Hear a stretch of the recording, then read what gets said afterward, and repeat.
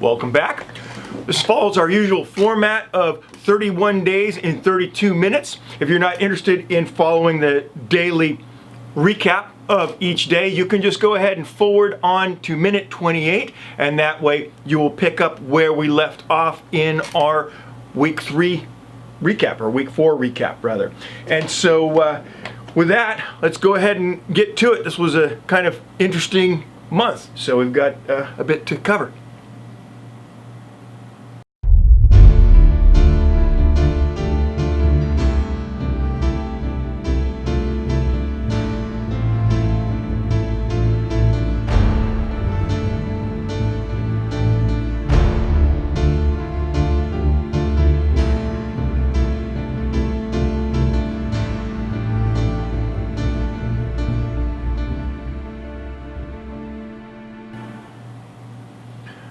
All right, well, we start on the 1st of July. So basically started off just rolling from June to July. Everything was basically as it was for the better part of June, 61.8 kilowatt hours of production. Good bit of percentage in the battery, wound up ending the day at 98%. And the asterisks here we'll get to in the notes. So that shows us that back when we were in our seasonal norm for June, early July, so we got the very mild temperatures. The AC use goes way down. I did include the AC use as an icon in there because we did use it, but you can see from the usage that day that it was pretty minimal. And then I worked late after midnight, and so wound up the charge for this will show today. You can see there that we wound up putting 8 kilowatt hours to the vehicle. That's actually the remainder of that, kind of from that spillover. But again, sunny day. We wound up contributing a decent amount going to the grid, 24.2 kilowatt hours. And again, that's because of the mild temperatures and the fact that we finished the day at quite a high percentage. And then obviously that day we finished at 100% for total solar day. And so that kind of sets us up for the following day. You'll kind of see the same thing. And for those that are just joining us, if this format is unusual to you, if you go back to any of our closeout videos, what you will see is that you can then skip to the minute of each of these sections and get to that day if you want to see the notes. This is really just for a visual representation for those folks who enjoy that kind of thing. We also have a few people that are charting this, and so they tend to come on and get the raw data off of that and see some of the notes. But again, July 3rd, basically, here we go, same thing. The daily home usage was still under 30 kilowatt hours, and so we're right in that kind of June, early July mode, aside from those few hot days that we had gotten.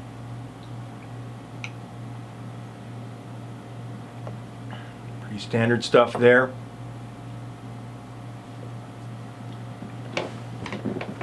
Put a lot of power to the vehicles from a round trip return.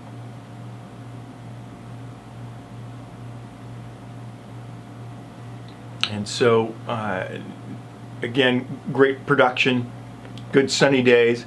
And so now you're starting to look there and you can see that home use starting to creep up a little bit. And again, most of that is from AC. We were still managed to put a little bit out to the grid.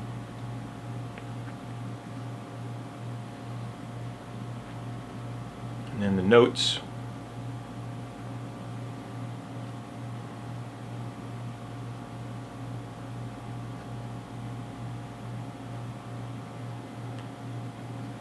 And again, like the notes say, that 30 to 35, 40 kilowatt hours, that's pretty typical.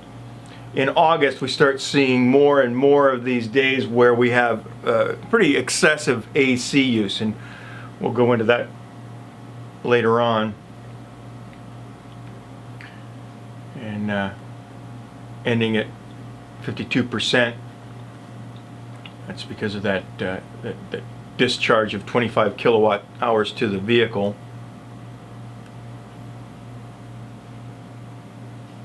Good production, 60.8. And now take note of those times, the start and stop times. By the end of the month, you'll start to see those start to diminish. Currently, you know, we're looking at that 6 o'clock to 8 o'clock realm.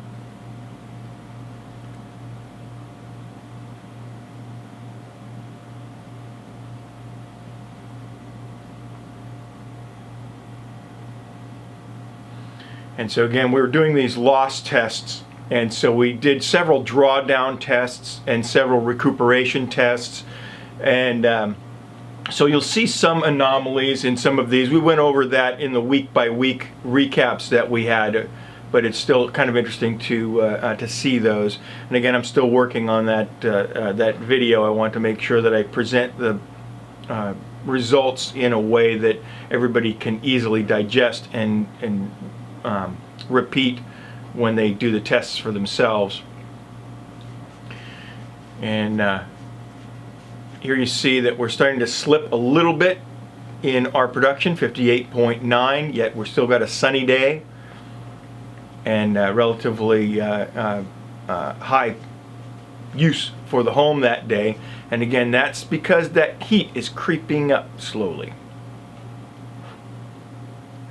We're starting to get more and more days in July where that 100-degree temperature kind of peaks in here and there.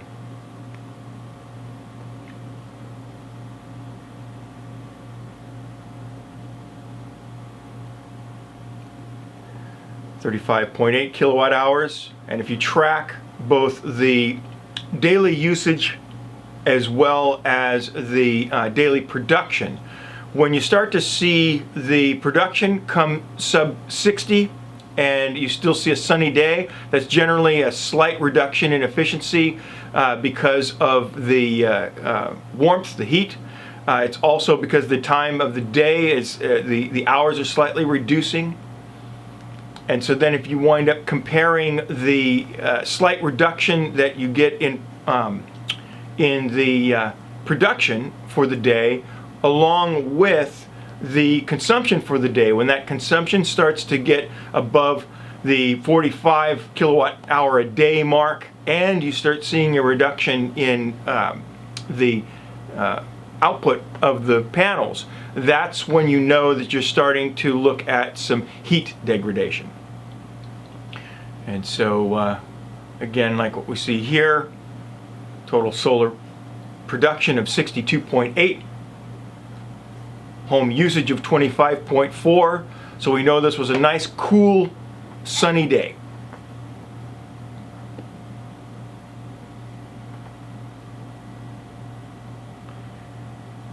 And then the notes. Not much to say because it was a nice, cool, sunny day. Everything ran normally.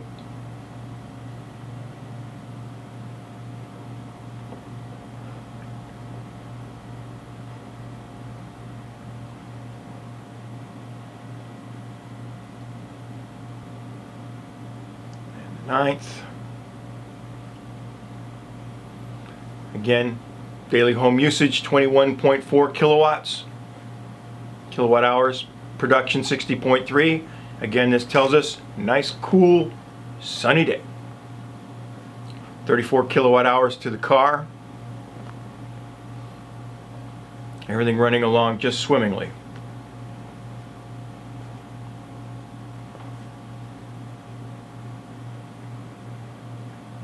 And the notes.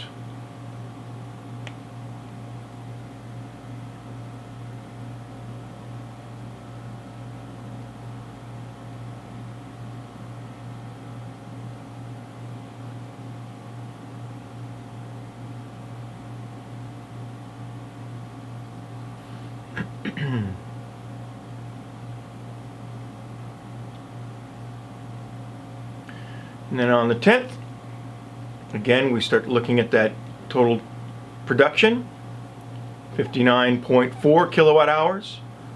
Home usage, 31.5 kilowatt hours.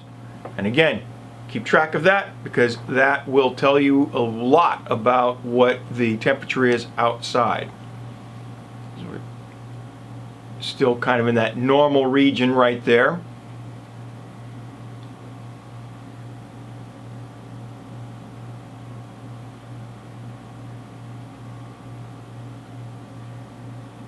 And again, we're driving up the percentage of the system so that I can do one last drawdown test. I had to do several of these tests, drawdown and recoup, in order to get all of the data that I needed to be able to tease out where the losses were. It was quite easy to find out what the losses were as far as how much we were losing. But it was quite another matter to try and figure out with certainty where those losses were coming from. And here we're on the 11th, 60.1 kilowatt hours of production, daily use of 41.4, so a little on the high end. And so the temperature, if I had to take a stab at it, I'm going to say would be in the mid-90s.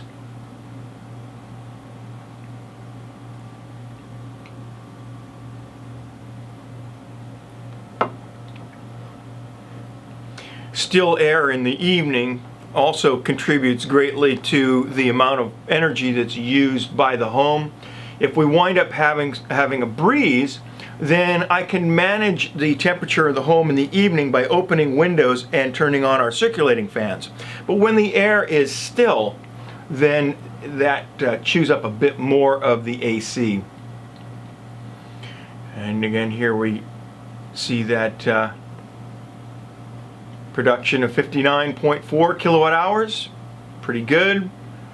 48.1 kilowatt hours, so the temperature is again on the warm side and probably a bit on the still side in the evening.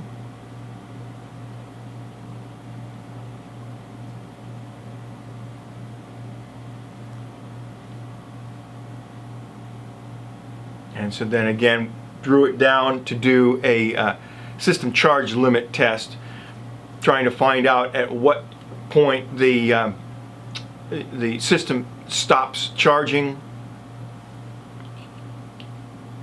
how many kilowatt hours are put into the system.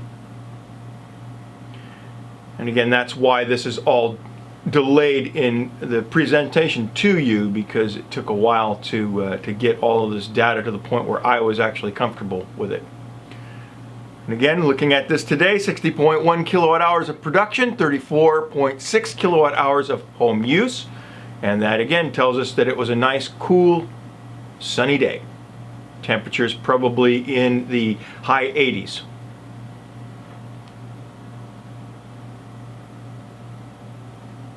Showing just a little bit to the grid because again, that was part of our test. And that talks about it a little bit there.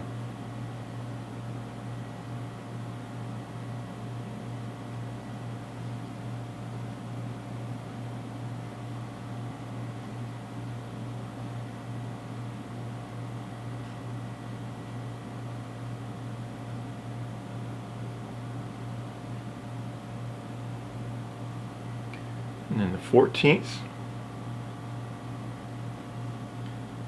again we track in there 61.4 kilowatt hours of production, so very good. And you see the home use 41 kilowatt hours, that's before the vehicle charge. So again, temperatures starting to creep up, not to the point where they've affected our output of solar power, but enough so that it uses a little extra power, usually in the evening.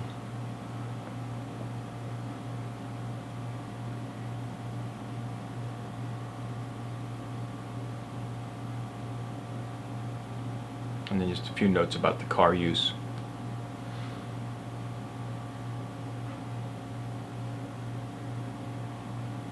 Get into some of these coincidences with the numbers sometimes.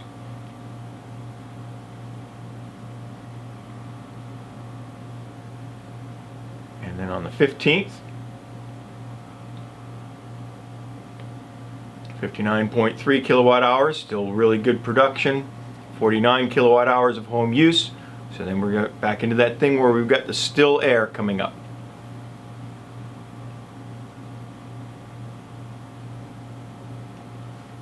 It happens quite a bit in July and August.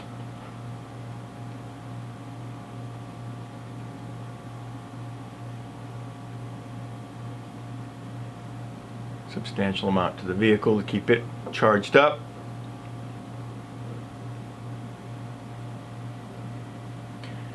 And so I've got this recorded as high temperatures and substantial AC, but it was probably right around 100 degrees, I would say, high 90s.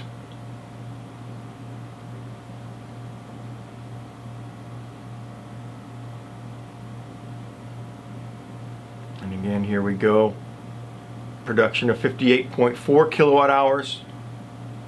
37.8 kilowatt hours of home use, so it's starting to creep up temperature wise. Probably got a cool breeze in the evening that day. 58.4 is a slight reduction in overall output.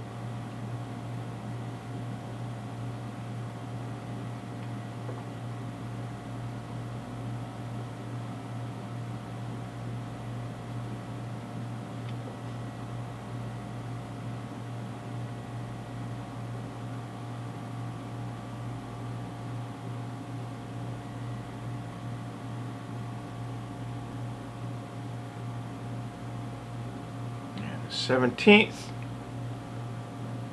So now here we start to see that again increase in the home use. Part of that was because we were preparing for a trip. We actually had cooked up a few goodies to take with us on the trip.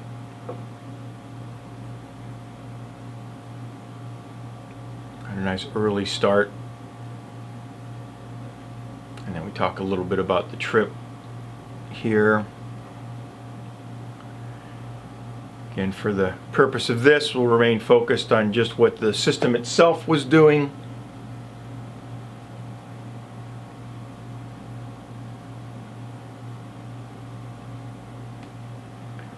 I'm putting out a separate video that deals with the trip itself. That should be kind of interesting to some folk that are new to long Tesla road trips.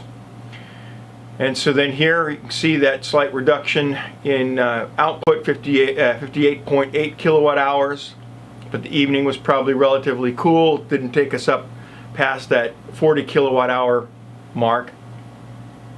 And again, because we're no longer at the home is then set so that you'll see that total solar day percentage continue to creep upward until finally we start exporting a decent amount of power to the grid. And again, this pretty much reflects the fact that we were not home.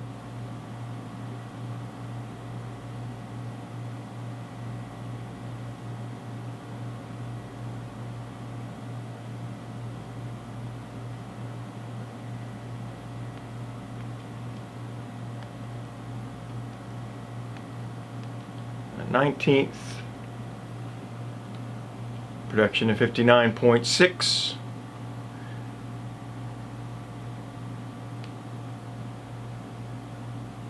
Partially cloudy day, that kind of messed with the start and end times. Well, the start time predominantly there. That also contributed to that slight reduction, but it also kept the home cool. Home use was 29.3 because obviously on those cloudy days you're not going to use as much AC.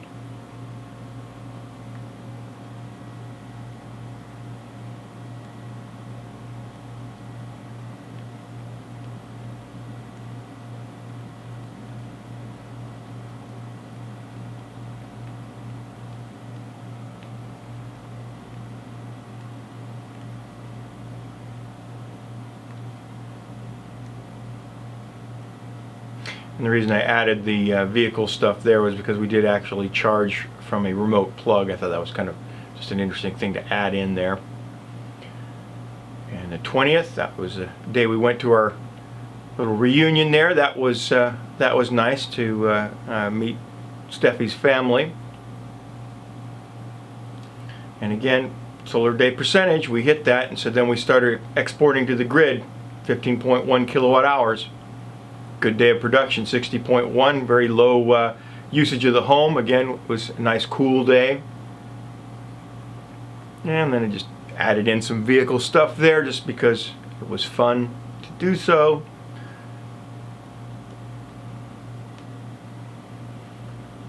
And again, obviously none of these numbers are going to be calculated into our driving on sunlight. All of these miles are subtracted from that.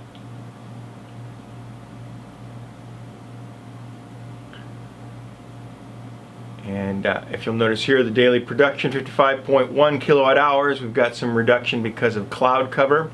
And then that also reflects in the daily home usage of 25.1. So we still had a decent surplus, managed to shove 30 kilowatt hours to the grid.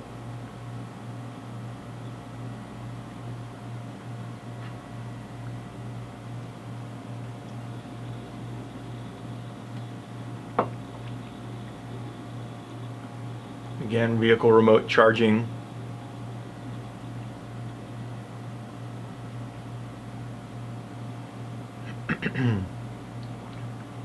It was a real nice trip. I have nothing but good things to say about using a Tesla for a long road trip. It's just a very enjoyable vehicle to drive. And then on the 22nd, big push day of driving. And while driving, we had at home, our solar day percentage was 100% again, production 56.8, and the home usage of 49.6. And so that obviously tells us that it was a hot day, probably 105, 108.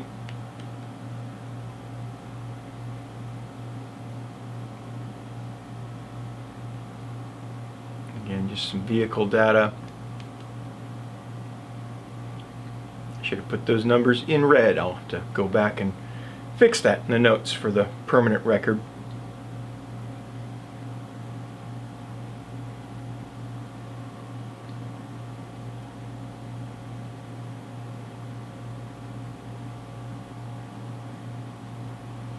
And the 23rd, again, we were managed to get back up to that 100% solar total solar day percentage. Production was pretty good, 58.8 kilowatt hours.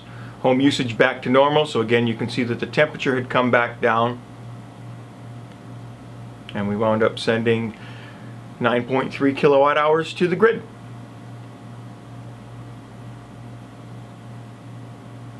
And then 664 miles, we were on our push back home. Well, not so much of a push, but our nice drive back home.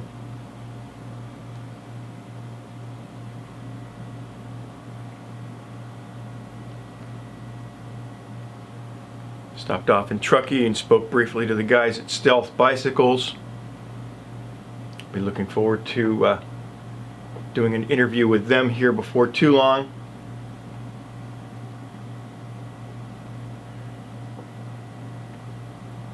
And the 24th, putting some power back into the car to get us back on track.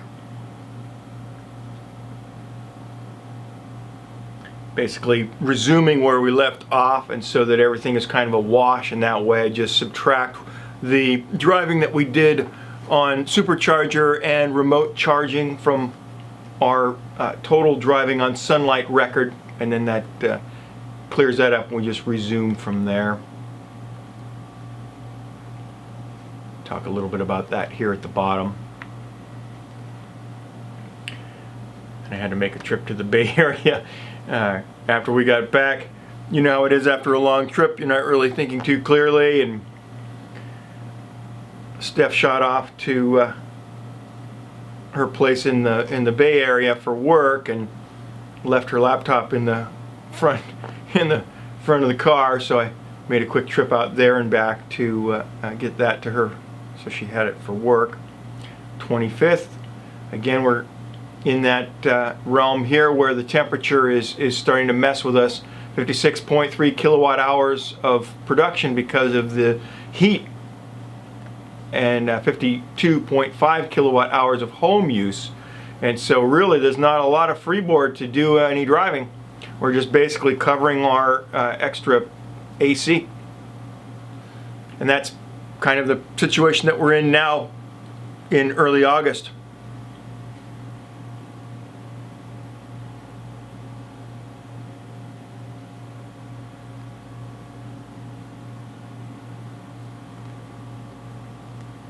Basically just that in the notes, over 100 degrees, and that as you start to get up around that 105, 106, 107, you really start to peel off in the efficiency. And again here we see the 57.4 kilowatt hours of production and 48.3 kilowatt hours of home use, and that's again before you count what went into the vehicle. So we had kind of a monster use day here.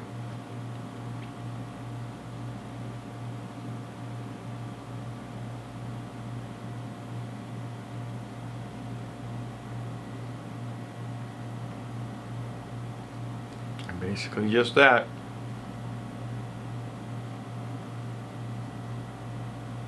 I also, you can see on the bottom there, I took 1 kilowatt hour from Tomas's system. Right after he had gotten it completed, we wanted to test the charger that he had set up, so put a little bit of a charge on there just to make sure all of his stuff was working correctly. He did a nice job on it. And on the 27th, now you'll notice here 6:20 a.m. is our start time. No clouds. That's because the year is, the sun is we're starting to go back towards that solar minimum. 6:20 a.m., 8:05 p.m. Our total production of 55.9 kilowatt hours shows that reduction due to thermal disruption, and again elevated AC because of the high temperatures.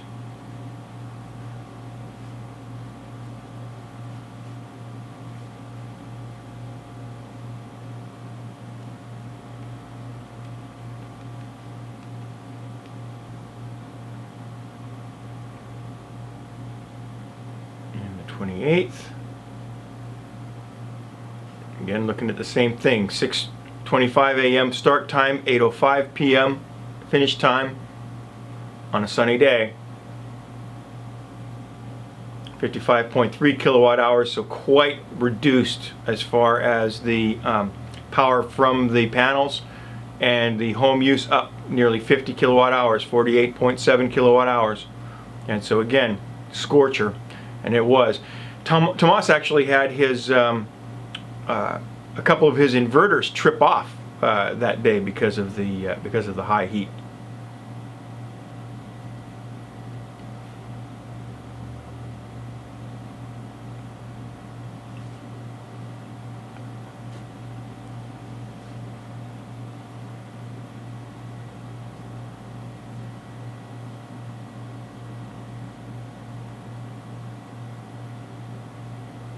And the 29th.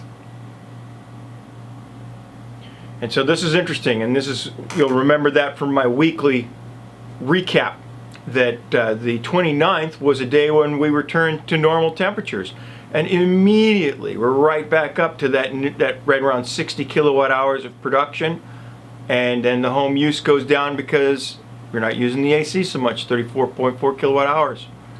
And so it's just really interesting to see how quickly that can all change.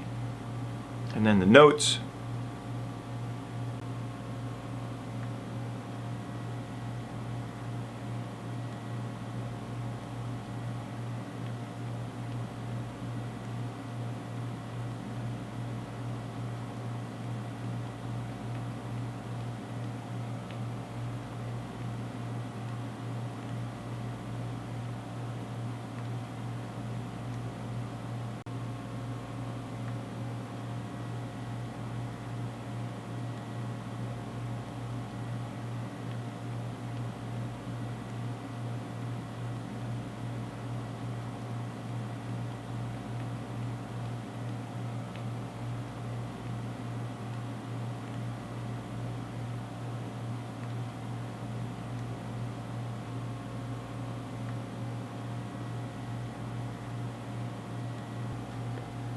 and the notes for the 30th.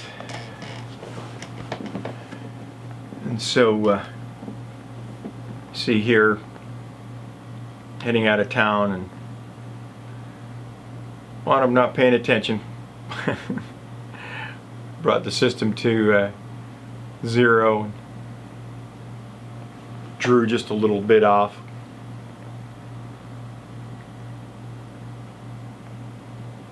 One of those oops moments.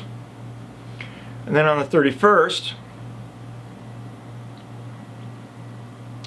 production was slightly reduced, 57.2 kilowatt hours, 44 kilowatt hours used in the home. And this is just what we're seeing as we start to end July and enter August. The issue here, again, as is prevalent in August as well, is that we have that still air in the evening, and then that winds up messing with us. Decent amount to the vehicle here, and I will keep you in suspense about what happened there in early August, but I'll give you a little teaser and tell you that it wasn't good. It wasn't good. Part of it is my fault, and part of it is just what happens with the system in general in August, because again, because of the heat. You wind up continually reducing that amount of freeboard. AC, man, that uses a lot of power. There's just no two ways about that. And it was something that I noticed when I was looking at the historical use for last year in August, as I was trying to, kind of tease out what our expectations were going to be for this year. And it's just something that happens in this time of year. We know when it's coming. We can plan for it in exactly the same way that we can plan for rainy days in winter or in those shoulder periods. And it's just something that we have to look at, plan for, decide what we're going to do. Because again, it's not like we don't have the power coming in. We just have to then make our decision. What's our priority? Is our priority to drive, or is our priority to run the AC in the home?